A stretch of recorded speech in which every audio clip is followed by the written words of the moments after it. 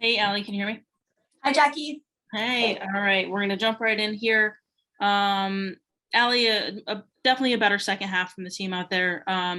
Just kind of what were your overall thoughts on the game today, and what are the takeaways that you have heading into Chicago next week? Wow, I think they really dominated us in the first half. It was, a bit shocking. I think their midfield, I think they have the best midfield in the league, and I think they really exposed us, especially when we had a lot of turnovers. And then, Marissa and Marta coming in, I think made a big difference. We got our act together a little bit in the press, had some chances, but yeah, too little too late, I guess.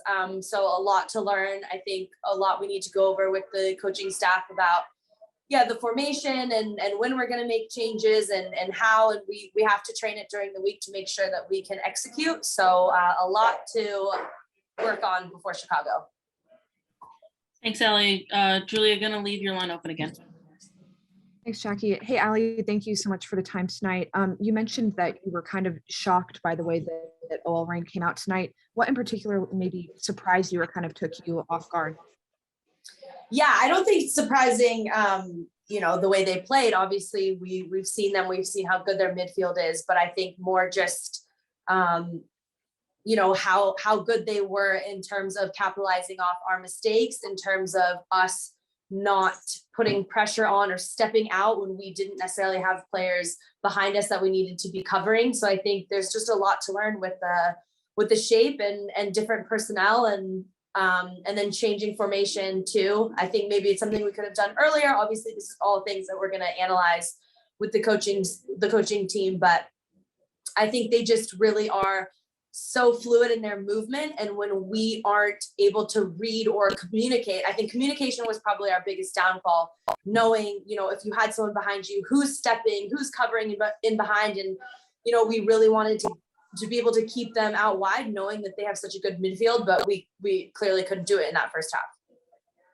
What did that locker room conversation look like at halftime? And what do you think that you can kind of learn from the changes and shifts that you guys were able to make to shut them down in the second half? Honestly, it was positive because it was kind of like at that point we didn't have a lot to lose. And if we would get one, we'd be right back in it. And just keeping the energy up and cleaning up a little bit of those, with the formation changes, especially with the wing backs where we're supposed to be, what the 10 needs to be able to step onto the 6, all these different details. And yeah, in terms of learnings and taking things away from that, I think it's, up to the coaches. So we need to reflect after today when we get back into Orlando and decide what we want to do moving forward. When you look just kind of, only a few games left in the regular season, obviously going to be a very close race for the playoffs for pretty much every single team in the league right now. Just kind of how do you come out of this match and try to build from it with such a quick turnaround headed into another critical game? Yeah, recovery will be really important. Having the right mentality. I think everyone needs to be able to look at themselves. Again, there were a lot of turnovers, so I think that comes from individual error. And then the tactics, again, that's something we're going to go over as a team, but we just have to stay focused. And obviously this would have been huge to get 3 points today, but playing Chicago is going to be, being tight with them on the table is important that we get a win there. And we have to take as many points as possible in these last games. We really need to win.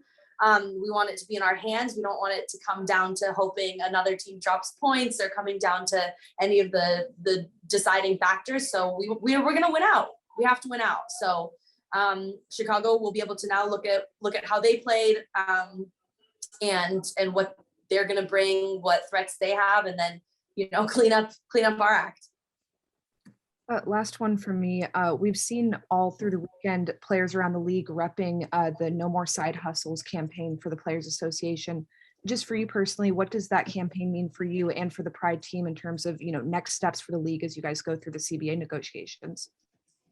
Yeah, it's just a reminder to everyone watching and everyone following us that these players are very, very powerful, and we will stop at nothing to make sure that we are treated the way we deserve. And one aspect of that is, of course, players not having to work 2, 3, 4 jobs and be able to focus.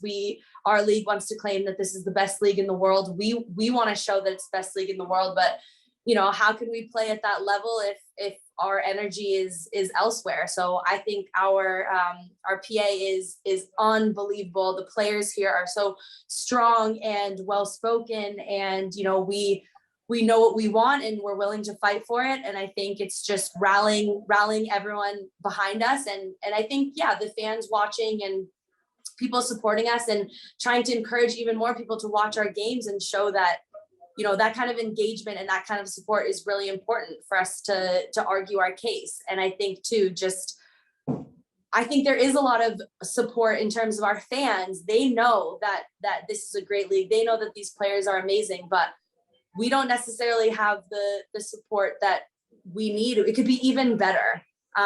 So I think, the CBA negotiations, the time of the final, there are a lot of things going on that, not every league, not every player, I think, would necessarily in other leagues have that energy and that drive to focus on our games week in and week out, international fixtures, every other month, and still come together with our players association to make sure that the women in this league are taken care of. So I'm really proud to be here and to be a part of the association. I hope that message was really heard loud and clear and will continue to be talked about now in the coming months.